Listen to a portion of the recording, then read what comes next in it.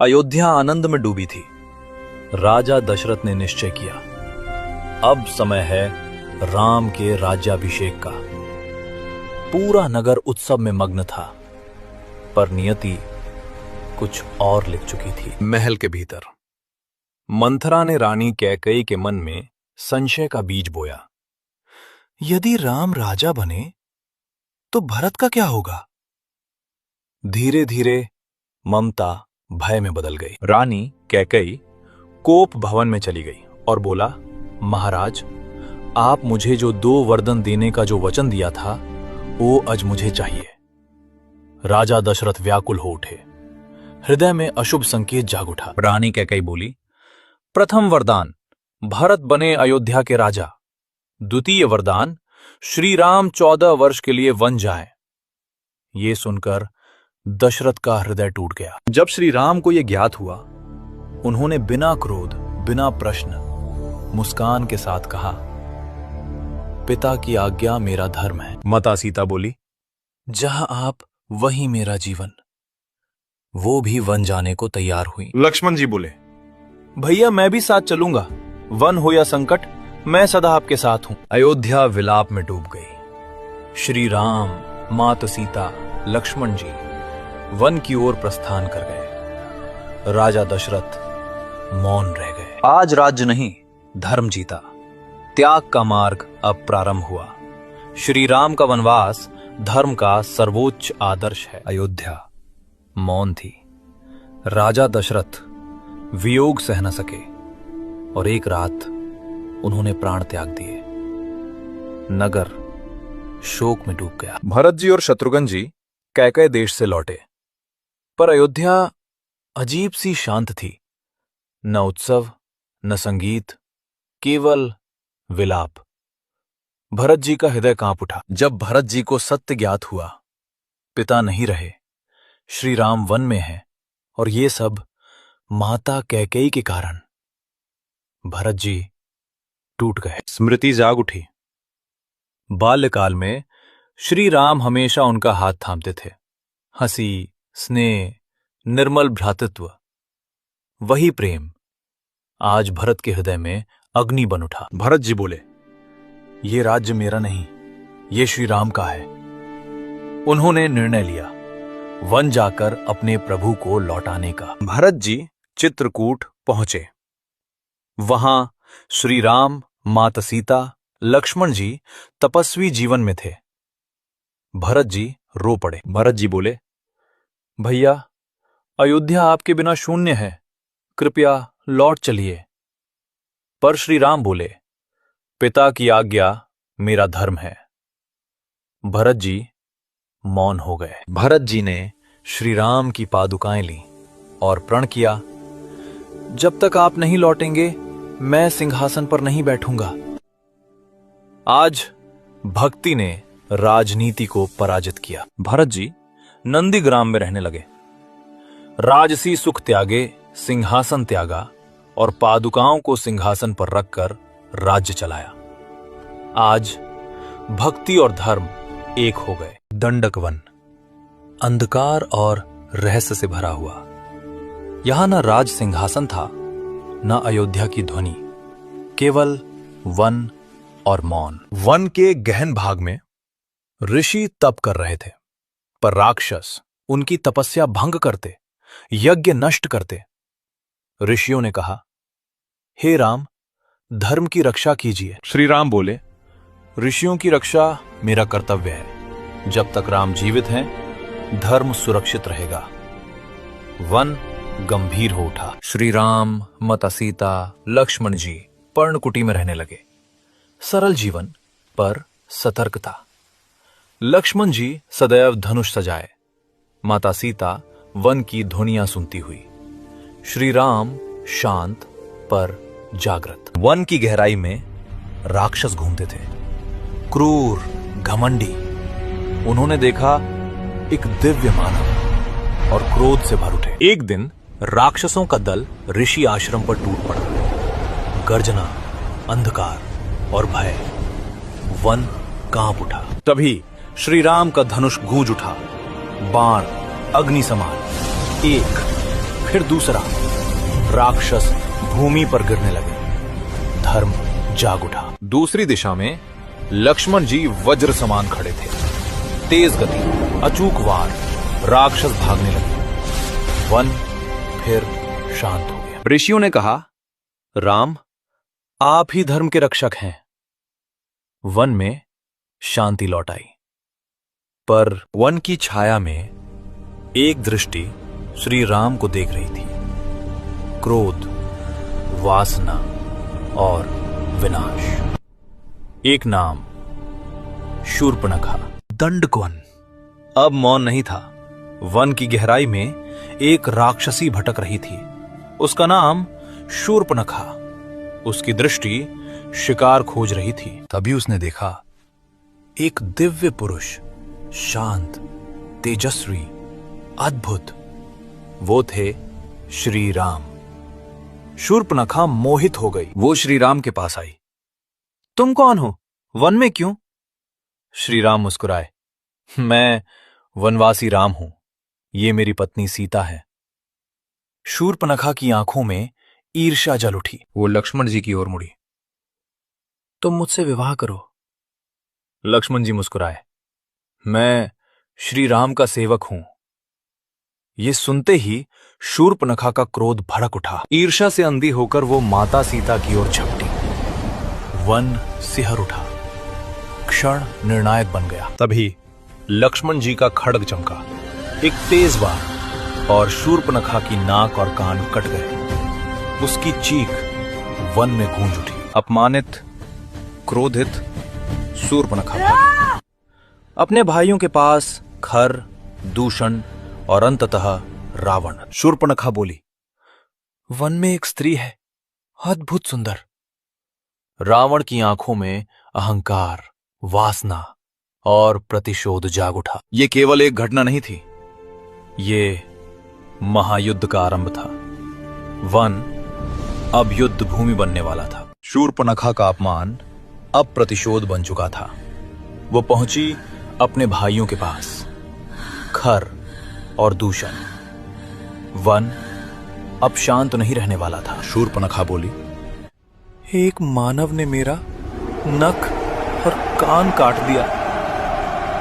खर की आंखों में अग्नि भड़क उठी। उसने आवेश दिया।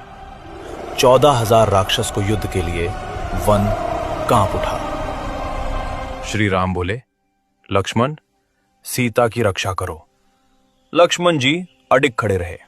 श्री राम अकेले युद्ध भूमि की ओर बढ़े, शांत पर अजय। राक्षसों की सेना गर्जना करती हुई बढ़ी। धूल, अंधकार और भय। पर श्री राम स्थिर। धनुष उठा। एक बाण, फिर दूसरा, फिर वर्षा। श्री राम के बाण वज्र समान। राक्षस भूमि पर गिरने लगे। वन युद्ध भूमि बन गया। दूषण क्रोध से भर उठा। वो श्री राम पर टूट पड़ा। पर श्री राम अचल। एक दिव्य बाण सीधा दूषण के हृदय में। दूषण गिर पड़ा। अब खर स्वयं आया, भयानक, प्रचंड। उसका क्रोध वन को जला रहा था। श्री राम और खर आमने सामने। आकाश बाणों से भर गया। पृथ्वी कांप उठी। अंततः श्री राम का दिव्य बाण और खर का अंत। वन फिर शांत हो गया। राक्षसों की सेना समाप्त। ऋषि प्रसन्न, धर्म विजयी। पर यह समाचार लंका पहुंच चुका था। रावण अब जाग चुका था और महायुद्ध का मार्ग प्रशस्त हो चुका था। खर दूषण का विनाश लंका तक पहुंच चुका था। रावण अब शांत नहीं था। उसने बुलाया मारीच। मारीच एक प्रबल राक्षस। पर श्री राम का नाम सुनते ही उसका हृदय कांप उठा। वो बोला, राम से दूर रहो, वो साधारण मानव नहीं। पर रावण अहंकार में डूबा था। रावण बोला, सोने का हिरण बनकर राम को दूर ले जाओ, मैं सीता को हर लूंगा। मारीच समझ गया ये मृत्यु का मार्ग है। फिर भी वो मान गया। एक दिन वन में एक अद्भुत सुनहरा चमकता हुआ सोने का हिरन दिखा। माता सीता मोहित हो गई। माता सीता बोली, हे राम, इसे मेरे लिए पकड़ लाइए। श्री राम मुस्कुराए, पर उनके मन में संशय था। श्री राम ने लक्ष्मण जी से कहा, सीता की रक्षा करना, और हिरन के पीछे वन में चले गए। श्री राम का बाण हिरन को लगा और हिरन मारीच बन गया। मरते हुए उसने श्री राम की आवाज में पुकारा, लक्ष्मण, सीता, बचाओ। वन गूंज उठा। माता सीता चिंतित हो उठी। उन्होंने लक्ष्मण जी से कहा, राम संकट में है। लक्ष्मण जी बोले, ये माया है।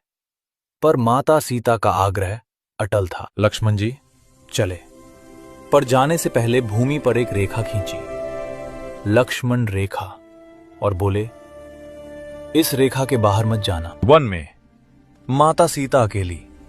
दूर से एक साधु आता दिखा, पर वो साधु नहीं था, रावण था। लक्ष्मण जी जा चुके थे।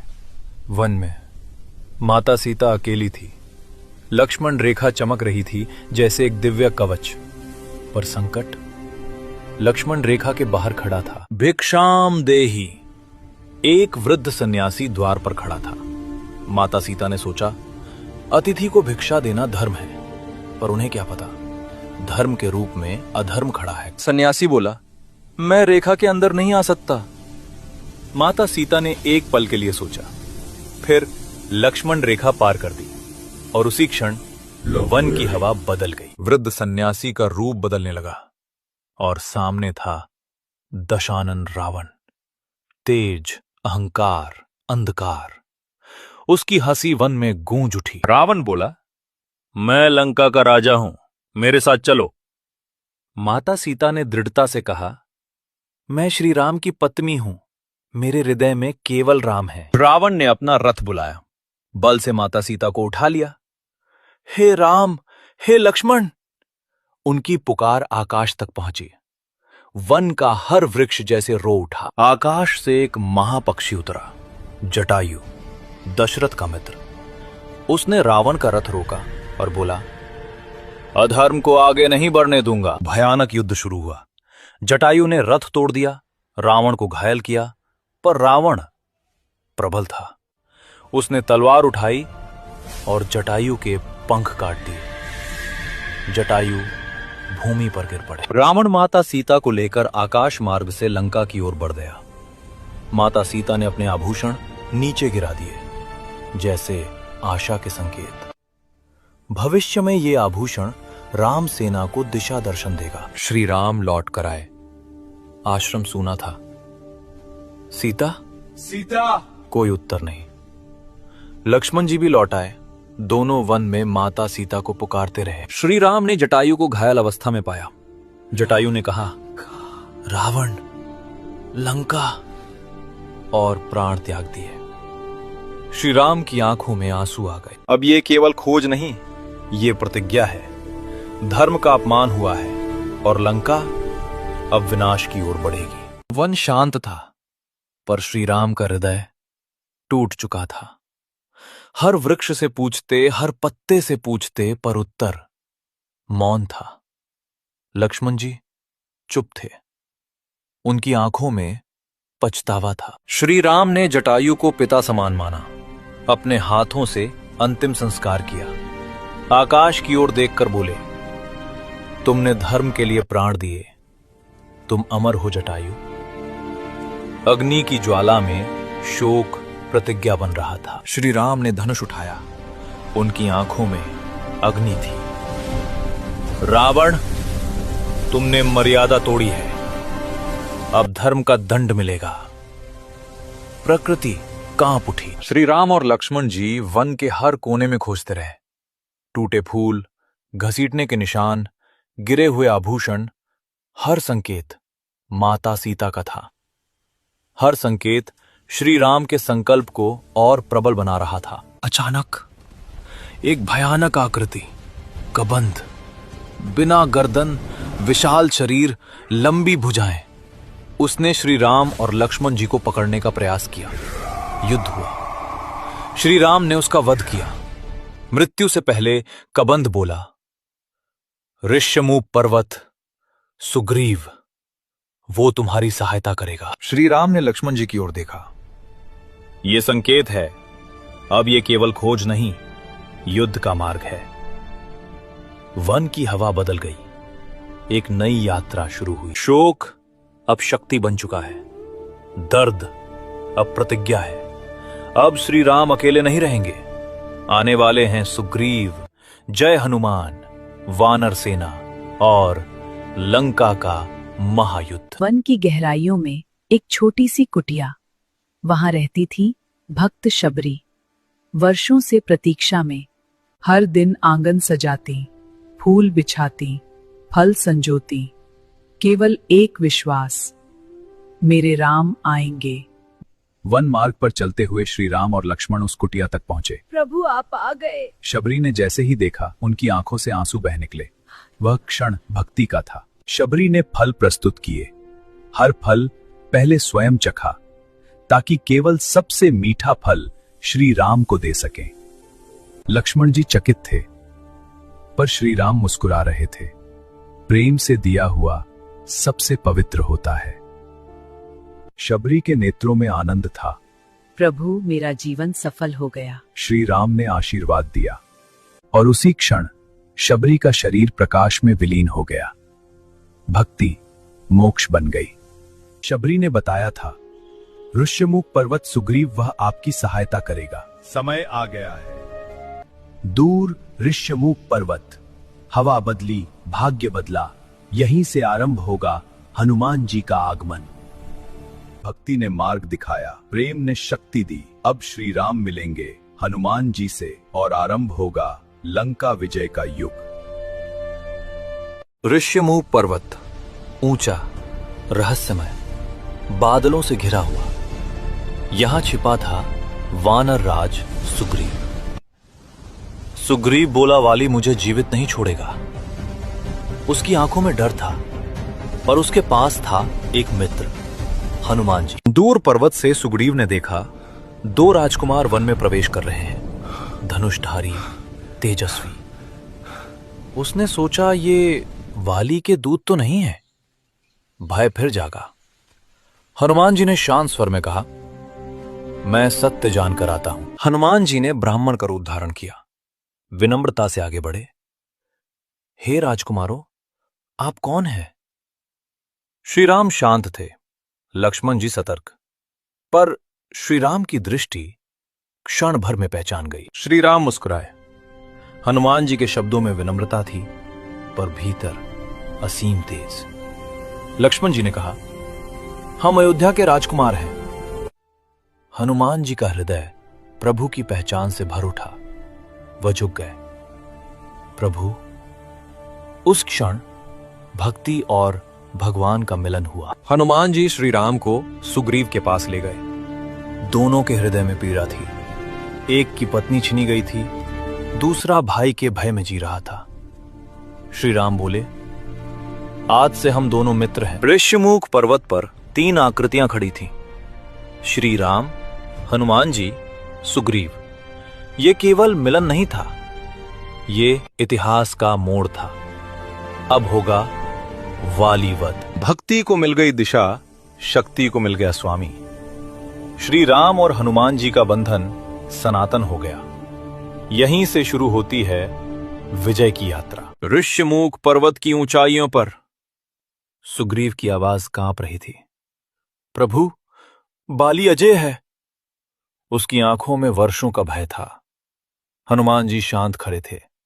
श्री राम ने बोला, सत्य जाने बिना न्याय नहीं होगा। बाली को देवताओं से मिला वरदान, जो भी उससे युद्ध करेगा उसकी आधी शक्ति बाली को प्राप्त होगी। इस वरदान ने उसे बना दिया अजय। दोनों भाई मायावी असुर का पीछा करते हुए गुफा तक पहुंचे। बाली भीतर गया। समय बीतता गया। गुफा से रक्त बहा। सुग्रीव ने सोचा, बाली मारा गया। उसने गुफा बंद कर दी, पर बाली जीवित था। वो लौटा और उसने सुग्रीव को समझा। विश्वासघात। क्रोध ने उसे अंधा कर दिया। उसने सुग्रीव को राज्य से निकाला और उसकी पत्नी भी छीन ली। सुग्रीव की आंखों में आंसू थे। श्री राम बोले, अन्याय का अंत होगा। हनुमान जी ने नतमस्तक होकर सहमति दी। किष्किंधा नगरी। सुग्रीव ने बाली को ललकारा। धरती कांप उठी। दोनों समान बलवान श्री राम छाया से देख रहे थे, पर पहचान नहीं पाया कौन सुग्रीव या कौन बाली। सुग्रीव घायल हुआ और भाग गया। श्री राम बोले, अब भूल नहीं होगी। हनुमान जी ने सुग्रीव के गले में पुष्प माला डाली। पहचान निश्चित हुई। फिर से गर्जना, फिर से युद्ध। बाली और सुग्रीव टकराए। पर्वत कांप उठा। श्री राम ने धनुष ताना। तीर बिजली की तरह निकला और बाली के हृदय में जा धंसा। बाली ने पूछा, छिपकर वार क्यों? श्री राम बोले, राजधर्म में अन्याय का दंड आवश्यक है। भाई की पत्नी छीनना अधर्म है। बाली की क्रोध शांत हो गया। उसने अंगद को सुग्रीव को सौंपा और प्राण त्याग दिए। सुग्रीव का राज्याभिषेक हुआ। अब वानर सेना तैयार होगी। माता सीता की खोज आरंभ होगी। भाई गिरा, पर अधर्म गिरा उससे पहले। धर्म स्थिर रहा। अब आरंभ होगा श्री राम और हनुमान जी की महान यात्रा। आकाश पे घने बादल छा गए थे। पर्वतों से टकराती हवाएं वन को कपा रही थीं। पहली वर्षा की बूंदें धरती को जीवन दे रही थीं। पर उसी वर्षा के बीच एक हृदय विरह में डूबा था। वो थे श्री राम। श्री राम एक शिला पर बैठे थे। वर्षा की बूंदें उनके कंधों पर गिर रही थीं, पर उनकी दृष्टि कहीं दूर खोई थी। उन्होंने धीमे स्वर में कहा, लक्ष्मण, न जाने सीता इस वर्षा में कैसी होंगी। स्मृतियां लौट आईं। अयोध्या का राजमहल। माता सीता वर्षा को देखकर मुस्कुरा रही थीं। प्रभु, वर्षा मुझे बहुत प्रिय है। क्षण समाप्त हुआ। वर्तमान लौटा और मुस्कान की जगह श्री राम की आंखों में नमी रह गई। लक्ष्मण जी दूर खड़े सब देख रहे थे। भाई का दुख उनके क्रोध को बढ़ा रहा था। सुग्रीव ने वचन दिया था, फिर भी उन्होंने अपना दिया हुआ वचन अभी तक पूरा नहीं किया। पर उन्होंने स्वयं को रोक लिया, क्योंकि श्री राम अब भी धैर्य थे। उधर किष्किंधा में उत्सव था। संगीत, नृत्य और आनंद। राजा सुग्रीव नए राज्य के सुख में मग्न थे, पर समय श्री राम की धैर्य टूट रहा था। महल की ऊंचाई पर खड़े हनुमान जी वर्षा को निहार रहे थे। उनके मन में केवल एक विचार था, प्रभु राम प्रतीक्षा कर रहे हैं। भक्ति ने उन्हें शांत रखा, पर कर्तव्य जाग चुका था। वन में वर्षा धीमी पड़ चुकी थी। श्री राम बोले, ऋतु समाप्त होने दो लक्ष्मण। उनकी वाणी में पीड़ा थी, पर उससे भी अधिक मर्यादा। बिजली आकाश को चीर गई। लक्ष्मण जी की आंखों में दृढ़ निश्चय चमका। यदि वर्षा के बाद भी वचन ना निभाया गया, तो वे स्वयं किष्किंधा जाएंगे। अब प्रतीक्षा समाप्त होने वाली थी। बादल हटे, सूर्य की किरण धरती पर उतरी। श्री राम खड़े हुए, दूर क्षितिज की ओर देखा, और उसी क्षण सीता माता की खोज की यात्रा सच में प्रारंभ हुई। वर्षा ऋतु समाप्त हो चुकी थी। वन फिर से शांत था। पत्तों पर ठहरी बूंदें समय के बीतने की गवाही दे रही थीं। पर एक प्रतीक्षा अब भी अधूरी थी। सीता माता की खोज अब तक प्रारंभ नहीं हुई थी। श्री राम शांत भाव से बैठे थे। उनकी दृष्टि स्थिर थी। उन्होंने कहा, लक्ष्मण, मित्र पर विश्वास करना भी धर्म है। पर लक्ष्मण जी के हृदय में चिंता बढ़ती जा रही थी। आकाश में बादल गरजे और लक्ष्मण जी के भीतर भी। प्रभु प्रतीक्षा कर रहे हैं और सुग्रीव राज्य सुख में मग्न है। उनकी मुट्ठी धनुष पर कस गई। धैर्य अब क्रोध में बदल रहा था। लक्ष्मण जी तेज कदमों से आगे बढ़े। वन के पशु मार्ग छोड़ते गए। उनकी चाल तूफान जैसी थी, मानो स्वयं धर्म अन्याय को जगाने चला हो। किष्किंधा में उत्सव अचानक थम गया। सैनिक भयभीत हो उठे और बोले, लक्ष्मण आ रहे हैं। हर्ष का वातावरण क्षण भर में चिंता में बदल गया। तारा ने स्थिति को समझ लिया। उन्होंने सुग्रीव से कहा, राजन, वचन भूलना राजा के लिए सबसे बड़ा दोष है। उनके शब्दों ने सत्य का दर्पण दिखा दिया। सुग्रीव को स्मरण हुआ वो क्षण जब श्री राम ने बाली का वध कर उन्हें राज्य दिलाया था। उनकी आंखें झुक गईं। मैं बोला, मैंने भूल की है। राजसभा के द्वार खुले। लक्ष्मण जी भीतर प्रवेश करते हैं। उनकी वाणी गूंज उठी, राज्य का सुख मित्र धर्म से बड़ा नहीं होता। सभा मौन हो गई। हनुमान जी आगे बढ़े, विनम्र स्वर में बोले, राजकुमार, सुग्रीव अपनी भूल स्वीकार करते हैं। क्रोध की अग्नि धीरे धीरे शांत होने लगी। सुग्रीव ने आदेश दिया, सभी वानर सेना एकत्र हों। दूत चारों दिशाओं में दौड़े। पर्वतों से, वनों से, समुद्र तटों से असंख्य वानर निकल पड़े। ऊंचे पर्वत पर खड़े श्री राम दूर क्षितिज से आती विशाल सेना को देखते हैं। अब प्रतीक्षा समाप्त थी। सीता माता की खोज वास्तव में प्रारंभ हो चुकी थी। किष्किंधा के राजप्रसाद में नगारे गूंज उठे। सुग्रीव सिंहासन से उठ खड़े हुए। बोला, चारों दिशाओं में दूत भेजो, समस्त वानर कुल को एकत्र किया जाए। वानर दूत पर्वतों से कूदते, घने वनों को चीरते, नदियों को लांघते आगे बढ़े। उनकी गति वायु समान थी। हिमालय की श्वेत चोटियों से लेकर दक्षिण के अथाह समुद्र तटों तक असंख्य वानर निकल पड़े। कोई पर्वत समान विशाल, कोई वज्र समान बलवान। पर्वत शिखर पर खड़े हनुमान जी इस महासंग्रह को निहार रहे थे। उनकी दृष्टि शांत थी, पर भीतर एक अग्नि जाग रही थी। उन्हें आभास था, ये केवल सेना नहीं, युद्ध की तैयारी है। ऊंचे शिलाखंड पर खड़े श्री राम दूर से आती वानर सेना को देख रहे थे। उनके मुख पर शांति थी, पर हृदय में अटल संकल्प। लक्ष्मण जी उनके पीछे स्थिर खड़े थे। सुग्रीव सेना के मध्य खड़े हुए या बोला, आज हम केवल वानर नहीं, धर्म के सैनिक हैं। उनकी वाणी में पश्चाताप भी था और दृढ़ता भी। सेना को 4 दिशाओं में बांटा गया, उत्तर, पूर्व, पश्चिम और दक्षिण दिशा।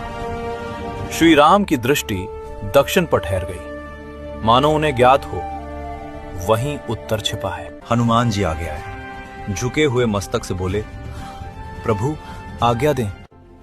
श्री राम ने मुस्कुराकर कहा, तुम ही इस कार्य के योग्य हो।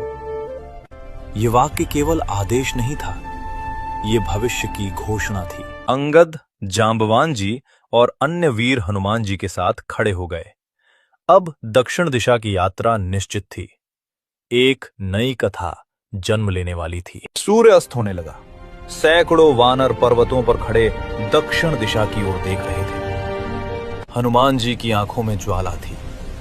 ये केवल खोज नहीं, ये इतिहास बनने वाला था। हनुमान जी, अंगद और जांबवान जी के नेतृत्व में वानर सेना दक्षिण दिशा में बढ़ती रही। दिन बीतते गए, पर सीता माता का कोई पता नहीं मिला। आशा धीरे धीरे थकान में बदलने लगी। एक विशाल पर्वत के पास वानर सेना रुक गई। सब भूखे और थके हुए थे। अंगद ने भारी स्वर में कहा, यदि हम सीता माता को नहीं ढूंढ पाए तो किष्किंधा लौटकर क्या उत्तर देंगे। निराशा की छाया फैल गई। तभी जांबवान ने धीमे स्वर में कहा, याद करो, जटायु ने श्री राम के लिए अपने प्राण दे दिए। क्षण भर में सबकी आंखों में सम्मान भर आया। जटायु का बलिदान सबको मौन कर गया। अचानक आकाश में एक विशाल छाया दिखाई दी। एक वृद्ध गिद्ध पर्वत की चोटी पर उतरा। उसकी दृष्टि तीक्ष्ण थी। वो था संपाति, जटायु का बड़ा भाई। संपाति ने पूछा, तुम जटायु का नाम क्यों ले रहे हो? जब उसे जटायु की वीर गाथा पता चली तो उसकी आंखें नम हो गईं। भाई का बलिदान सुनकर उसका हृदय भर आया। संपाति ने समुद्र की ओर देखा और कहा, मेरी दृष्टि बहुत दूर तक जाती है। मैंने देखा है सीता लंका में है। सभी वानर स्तब्ध रह गए। संपाति ने आगे कहा, यहां से सैकड़ों योजन दूर समुद्र के पार एक स्वर्ण नगरी है, वही है लंका। अब खोज की दिशा स्पष्ट थी। वानरों के चेहरों पर फिर से आशा लौट आई, पर सामने खड़ा था एक विशाल प्रश्न। इतना विशाल समुद्र कौन पार करेगा? जांबवान जी ने धीरे से हनुमान जी की ओर देखा। उनकी आंखों में विश्वास था। उन्हें पता था उत्तर यहीं खड़ा है। समुद्र की लहरें गर्जना कर रही थीं। हनुमान जी क्षितिज की ओर देखते रहे। उनके भीतर एक शक्ति जाग रही थी, एक शक्ति जो अभी तक सुप्त थी। वानर सेना विशाल समुद्र के किनारे खड़ी थी।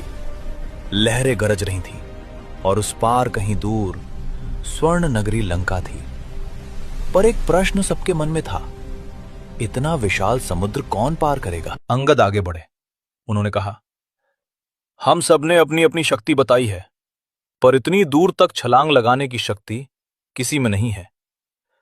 वानर सेना फिर से चिंतित हो गई। तभी जांबवान की दृष्टि हनुमान जी पर ठहर गई।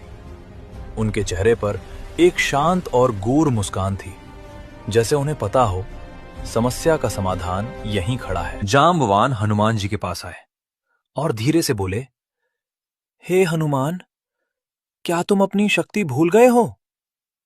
यह सुनकर सभी वानर चौंक उठे। जांबवान ने कहा, बचपन में तुमने सूर्य को फल समझकर आकाश में छलांग लगा दी थी। तुम्हारी शक्ति असीम है। इंद्र, वायु और देवताओं ने तुम्हें अनेक वरदान दिए हैं। तुम्हारी गति, तुम्हारी शक्ति और तुम्हारा साहस सब अद्भुत है। जांबवान की बातें सुनकर हनुमान जी के भीतर एक नई ऊर्जा जाग उठी। उनकी आंखों में तेज चमकने लगा, जैसे एक सोया हुआ पर्वत अचानक जाग उठा। अब सारी वानर सेना हनुमान जी की ओर देख रही थी। उनकी आंखों में नई आशा दिखाई देने लगी। हनुमान जी समुद्र की ओर बढ़े। उन्होंने दृढ़ स्वर में कहा, मैं लंका जाऊंगा और माता सीता का पता लगाकर श्री राम के पास लौटूंगा। हनुमान जी एक ऊंचे पर्वत पर चढ़ गए। तेज हवा चलने लगी। समुद्र की लहरें गर्जना करने लगी। हनुमान जी ने आंखें बंद की और कहा, जय श्री राम। अब वो महाछलांग के लिए तैयार थे। समुद्र के किनारे एक ऊंचे पर्वत पर खड़े थे हनुमान जी। नीचे वानर सेना उन्हें आशा भरी आंखों से देख रही थी और सामने था अनंत और गर्जता हुआ महासागर। हनुमान जी ने अपने भीतर की शक्ति को जगाया। उनका शरीर धीरे धीरे पर्वत जैसा विशाल हो गया। तेज हवाएं चलने लगी और समुद्र की लहरें और भी प्रचंड हो उठी। हनुमान जी ने आंखें बंद की और कहा, जय श्री राम। अगले ही क्षण उन्होंने एक अद्भुत छलांग लगाई। पर्वत कांप उठा और हनुमान जी आकाश में उड़ चले। आकाश में देवता ये अद्भुत दृश्य देख रहे थे और उन्होंने हनुमान जी को आशीर्वाद दिया। तभी समुद्र के बीच एक विशाल नागनी प्रकट हुई। वो थी सुरसा। उसने कहा, देवताओं ने आदेश दिया है, तुम्हें मेरे मुख में प्रवेश करना होगा। हनुमान जी ने अपना आकार बढ़ाया। सुरसा ने भी अपना मुंह और बड़ा कर लिया। फिर हनुमान जी अचानक अत्यंत छोटे हो गए और पल भर में सुरसा के मुंह में जाकर बाहर निकल आए। सुरसा मुस्कुराई और बोली, जाओ, तुम सफल होगे। अचानक समुद्र की गहराइयों से एक भयानक राक्षसी उभरी। वो थी सिंहिका। उसकी शक्ति थी छाया को पकड़ लेना। उसने हनुमान जी की छाया पकड़ ली। हनुमान जी तुरंत समुद्र में उतर गए और सिंहिका पर भीषण प्रहार किया। क्षण भर में वो राक्षसी पराजित हो गई। कुछ ही समय बाद क्षितिज पर एक चमक दिखाई दी। स्वर्ण महलों से जगमगाती हुई एक विशाल नगरी। वो थी लंका। हनुमान जी की आंखों में दृढ़ता चमक उठी। हनुमान जी एक ऊंचे पर्वत पर उतर गए। अब उन्हें चुपचाप लंका में प्रवेश करना था, क्योंकि अब शुरू होने वाली थी माता सीता की खोज। महासागर पार करने के बाद हनुमान जी एक ऊंची पहाड़ी पर उतरे। रात का समय था। चांदनी में स्वर्ण नगरी लंका और भी चमक रही थी। अब उन्हें चुपचाप इस नगरी में प्रवेश करना था। हनुमान जी ने अपना विशाल रूप छोटा कर लिया। अब वो एक छोटे वानर के रूप में थे, ताकि कोई भी राक्षस उन्हें पहचान न सके। धीरे धीरे हनुमान जी लंका के विशाल द्वार के पास पहुंचे। वहां एक भयानक रक्षिका खड़ी थी। वो थी लंकिनी। लंकिनी ने हनुमान जी को देखते ही गरज कर कहा, ये लंका है, यहाँ बिना अनुमति कोई प्रवेश नहीं कर सकता। लंकिनी ने हनुमान जी पर हमला किया। हनुमान जी ने केवल एक हल्का प्रहार किया, पर वही प्रहार लंकिनी के लिए पर्याप्त था। वो तुरंत भूमि पर गिर पड़ी। लंकिनी उठी और धीरे से बोली, मुझे एक भविष्यवाणी याद आ रही है।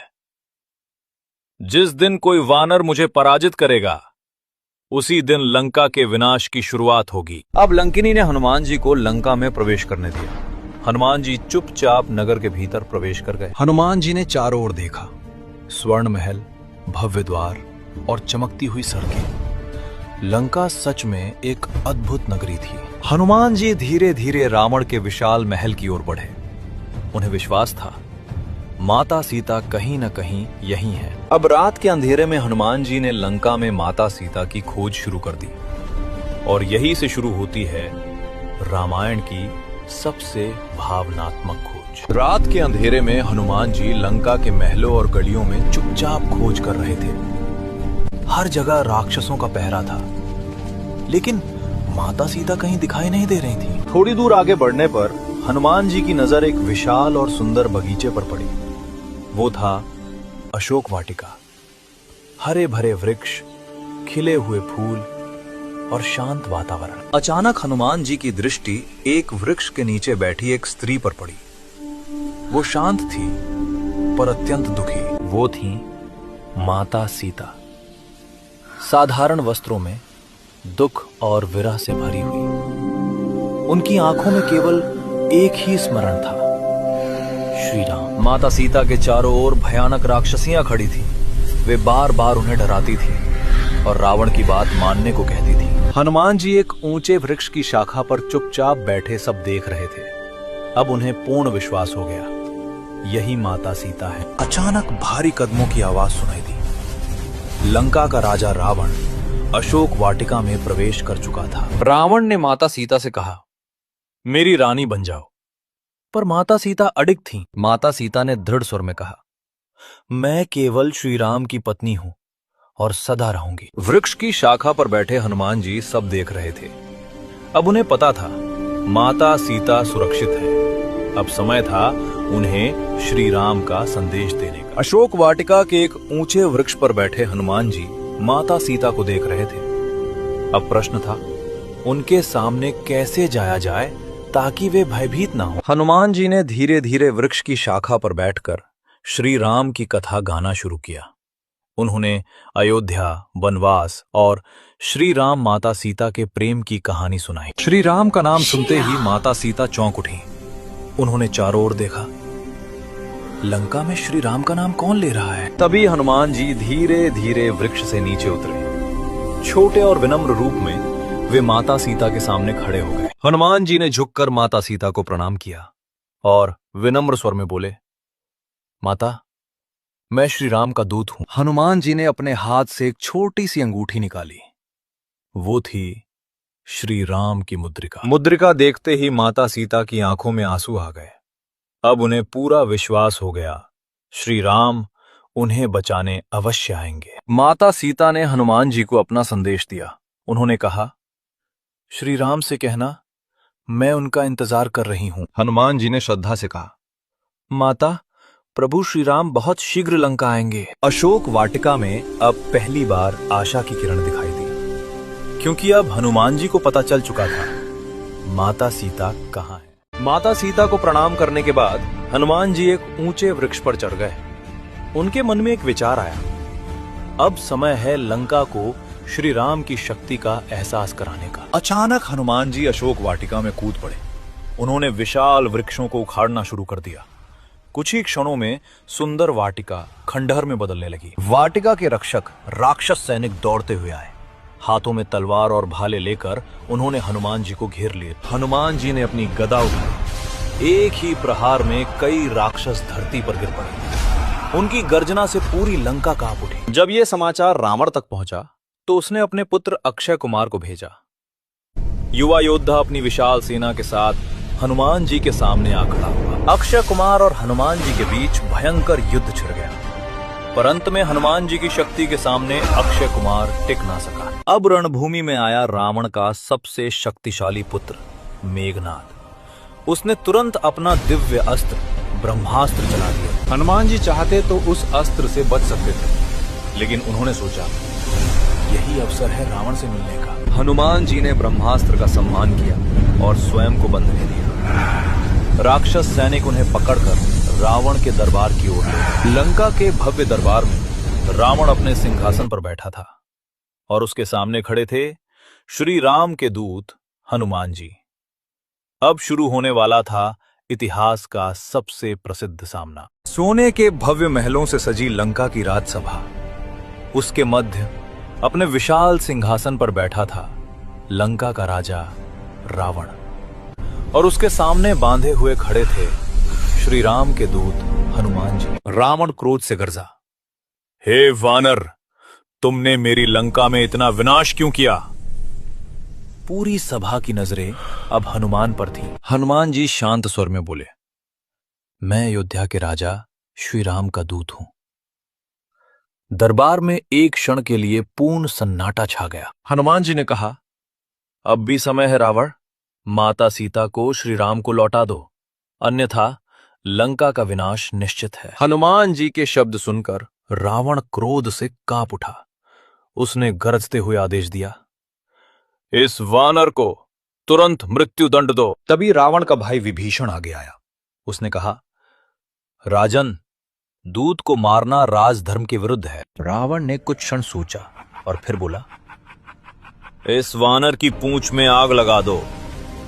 राक्षस सैनिक हनुमान जी की पूंछ पर कपड़े लपेटने लगे। जैसे ही पूंछ में आग लगी, हनुमान जी मुस्कुरा उठे। उन्होंने अपना रूप और विशाल कर लिया और एक ही छलांग में महल की छत पर पहुंच गए। अब हनुमान जी एक से दूसरे महल पर कूदने लगे।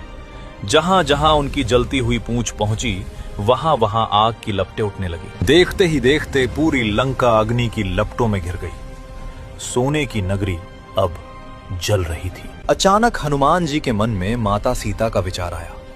उन्होंने तुरंत अशोक वाटिका की ओर देखा। वहां माता सीता सुरक्षित थीं। हनुमान जी ने गहरी सांस ली। हनुमान जी ने एक विशाल छलांग लगाई और समुद्र की ओर बढ़ गए। उनकी जलती पूंछ समुद्र के जल में बुझ गई। अब वे लौट रहे थे श्री राम के पास। समुद्र के विशाल तट पर श्री राम, लक्ष्मण जी और वानर सेना हनुमान जी की प्रतीक्षा कर रहे थे। सबकी आंखें क्षितिज की ओर लगी थीं, क्योंकि वही दिशा थी जहां से हनुमान जी लंका से लौटने वाले थे। अचानक आकाश में एक तेज गति से आती हुई आकृति दिखाई दी। वो कोई और नहीं, महाबली हनुमान जी थे। उनकी गर्जना से पूरा वन गूंज उठा। हनुमान जी को देखते ही वानर सेना खुशी से झूम उठी। सब समझ गए थे, हनुमान जी सफल होकर लौटे हैं। हनुमान जी श्री राम के सामने पहुंचे। उन्होंने झुककर प्रभु के चरणों में प्रणाम किया।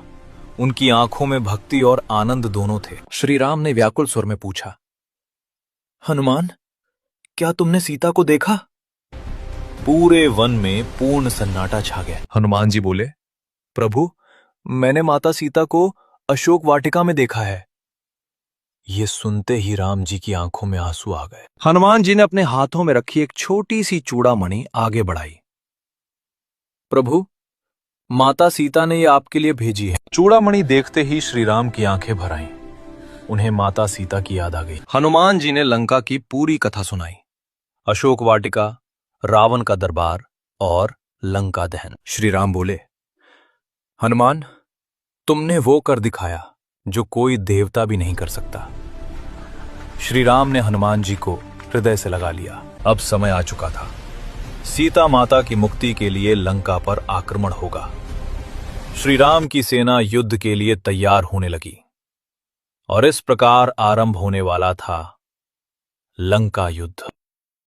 विशाल समुद्र के तट पर श्री राम खड़े थे।